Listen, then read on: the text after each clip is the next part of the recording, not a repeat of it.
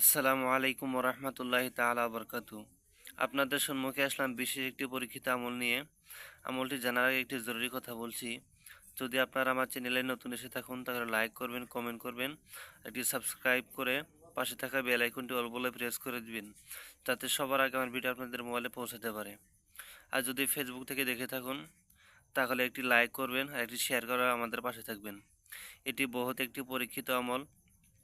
শুধু আপনারা জেনে অন্যজনকে শেয়ার করবেন, যাতে আরও দর্শকদের উপকারিতা হয়। এটি বহুত একটি পরীক্ষিত আমল। চলুন এবার আমলটি জেনে নেওয়া যাক।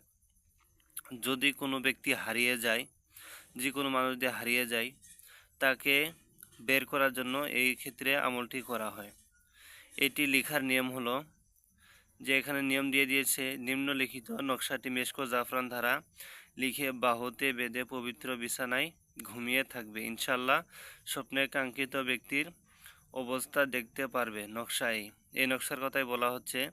যদি কোনো ব্যক্তি হারিয়ে যায়, তাহলে যদি আপনি পাক পবিত্র অবস্থায় মেশক জাফরানের ধারা লিখে আপনার বিছানায় ঘুমাসেন, তাহলে স্বপ্নে সেই ব্যক্তির হাল অবস্থা এবং সেই ব্যক্তিকে আপনারা দেখতে পারবেন।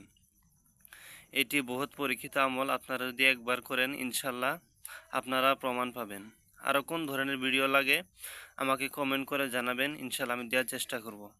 আমার জন্য দোয়া করবেন। আসসালামু আলাইকুম রহমতুল্লাহ তাআলা ওয়া বারাকাতুহু।